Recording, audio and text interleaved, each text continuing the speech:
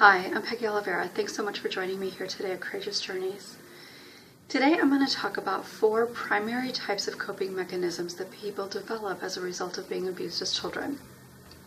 And I'm going to talk about these 4 in particular because they tend to be coping mechanisms, really like all coping mechanisms, that you continue to use into adulthood, even when you don't necessarily need them, and they end up creating problems in your adult life, particularly with relationships.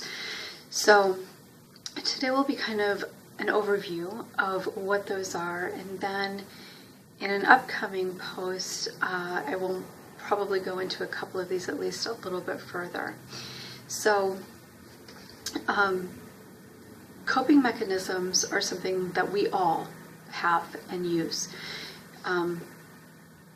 whether it's developed just from managing life in general as a child, or as is the case with most of the people that I work with, there's something in particular that was difficult for you to experience when you were growing up, and you naturally created the set of mechanisms to help you, in many instances, quite literally survive. So it's important to recognize the benefit that these coping mechanisms have given to you. Because one of the things that I see over and over again is shame around the different behaviors that people engage in while using these coping mechanisms. And shame is the most destructive aspect of anything really, but especially abuse, that has such a significant impact on you. So while these coping mechanisms, particularly in adulthood, are not particularly healthy or beneficial to you, there's nothing to be ashamed of. So the 4 primary ones that people tend to develop as a child, and then continue to use into adulthood that create problems for them are denying, avoiding, minimizing, and rationalizing. So again, denying, avoiding, minimizing, and rationalizing. So I'm going to briefly talk about what these are, what they might look like, and like I said, in another post, maybe get a little bit more into each of them. So it's important to recognize what you tend to do, because once you recognize what you tend to do and you become aware of it, you're much more likely to be able to not do it in that moment that kicks in for you. So denying, there's a couple of different ways that people use denial. And in one way, it can be literally just a denial of an abuse experience. So you could deny it to yourself, you might deny it to other people. And that certainly happens. But what I tend to see, I think, even more so, that becomes really problematic, is that people deny the impact that they were affected by their abuse. So they might be able to acknowledge, maybe even to other people, yes, I was sexually abused or assaulted, but it doesn't affect me. Or, but it was a long time ago, so it doesn't matter. Or, but I went to therapy when I was a kid, so I'm over it.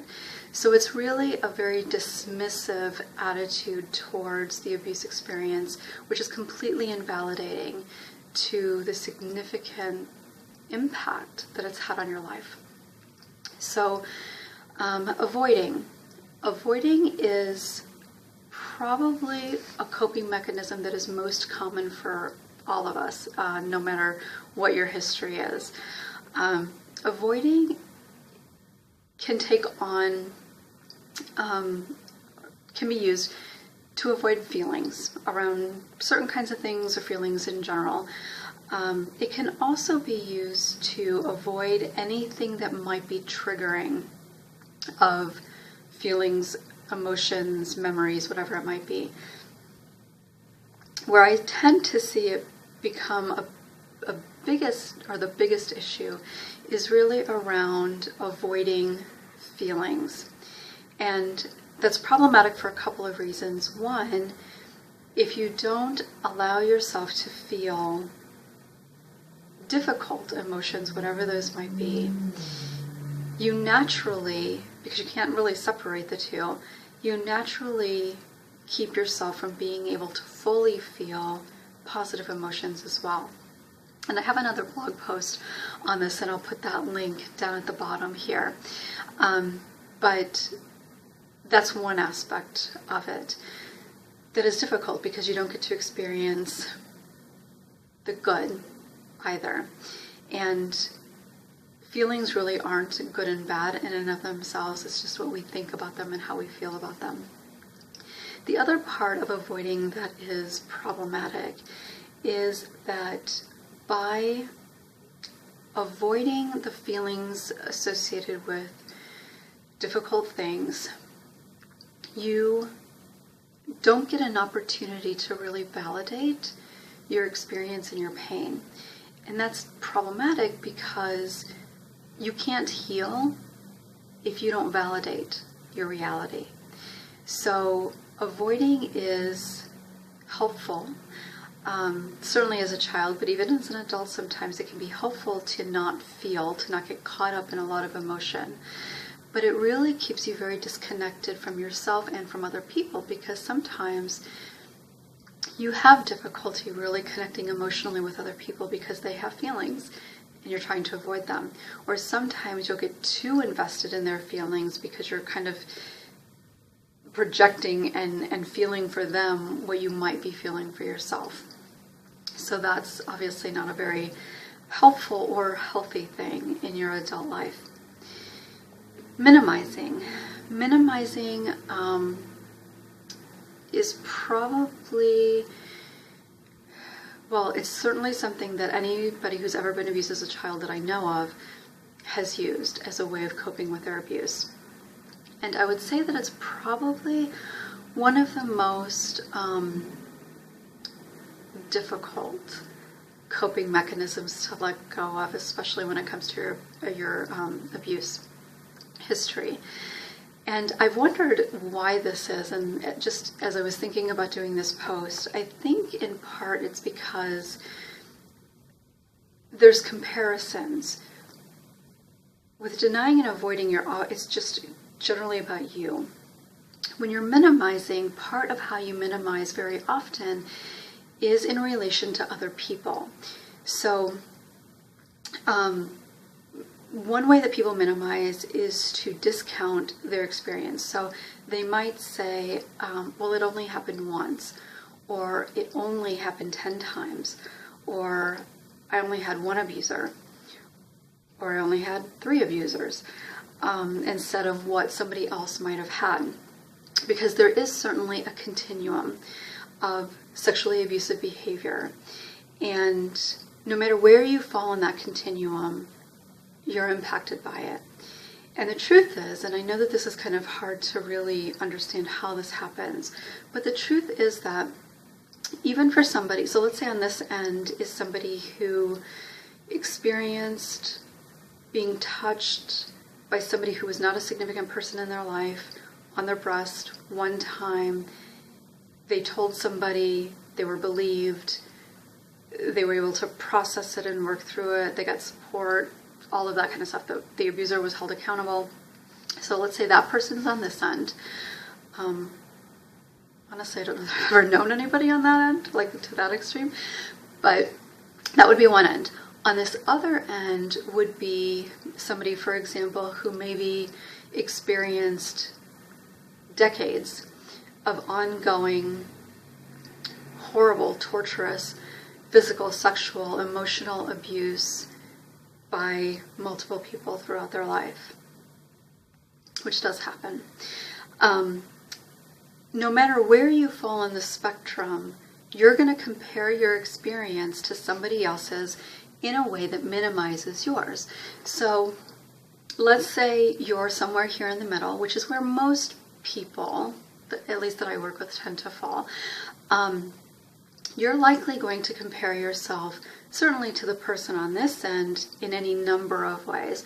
Well, like I mentioned before, however many times it happened or didn't happen, the extent of the abuse, some sometimes even who the abuser was. Like if you were abused by a brother instead of a father, you might minimize your experience in that way.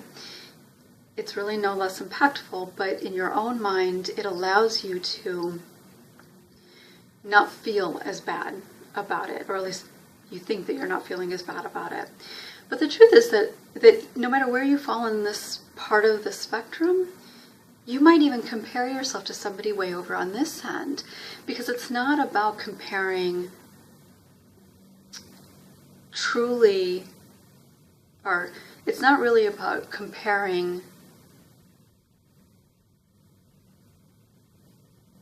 the severity of an abuse experience. It's just finding a way to compare so that you can tell yourself that what happened to you wasn't a big deal. So let's say, for example, this person that I mentioned way over here, somebody even in this area, or even on this far end, which I've had happen before, might compare themselves to that person because maybe this person was older when it happened.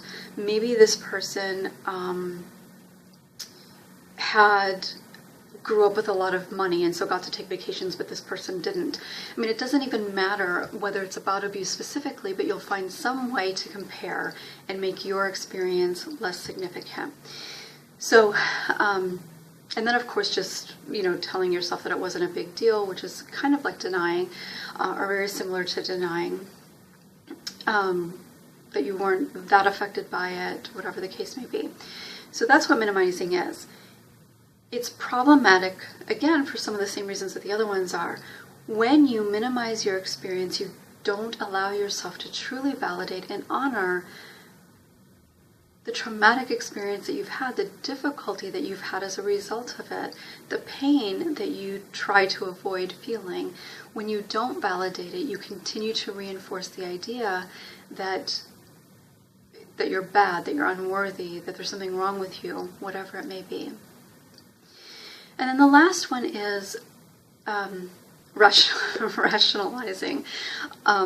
Rationalizing ultimately is about making excuses for the abuse. And, I think that this is probably something that pretty much anybody I've ever worked with has done as well. Probably not as much as minimizing and avoiding, but on some level it's there. And so, for example, some of the things that tend to come up as excuses quite often is, well, he was abused, or she was abused too, so that's why they did it. He was drunk. He didn't mean to do it. He was lonely. My mom was never around. Those are very real things that I've heard people say. So it's really about taking responsibility for the behavior away from the abuser. And again, problematic because you're invalidating the experience, and it doesn't allow you to put not only the responsibility, but any feelings of anger or hurt where they belong.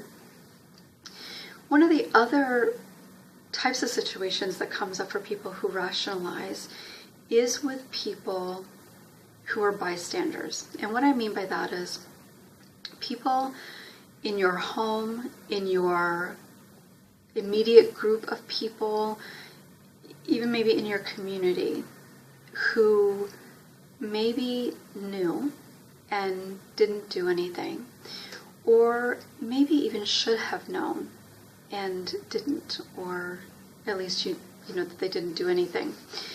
So one of the ways that this typically tends to show up is with people who lived in a home where there was a parent, at least one parent, and an abuser. Maybe the abuser didn't necessarily live in the house, but the abuser was there periodically, and that's where the abuse happened. And so because the pain and the betrayal from not being protected by somebody can be so incredibly significant, oftentimes just as damaging, if not more so, than the abuse itself, people will make excuses. And one of the the biggest things that I tend to see is, and obviously this is just an example, there's lots of different ways that abuse happens in people's life, but so for example, there might be a father or a stepfather, somebody in that role in the home, and then there's a mom in the home, and the stepdad or the dad is abusive, and mom doesn't know that or doesn't do anything about it. What people will often do as a way to rationalize, to cope with that difficulty, is make excuses for why mom isn't aware or isn't paying attention or didn't do anything. Unfortunately, often is the case that mom does know, and you know that she knows, but she still doesn't do anything. So you make an excuse for that in your own mind, whether it's sometimes you'll tell yourself that she didn't really know, even though she probably did, or may have very much known and you know that she knew, but you tell yourself, you kind of doubt yourself, you doubt your memory of it. You might tell yourself that she didn't have a choice, that she had to stay. You might blame yourself, which is a whole different issue. She was depressed, she was busy, she was stressed, all different kinds of things. So obviously that's not good, because it really has such a significant impact, not only on the ability to validate your experience, but like I said, it keeps you from being able to put that responsibility where it belongs.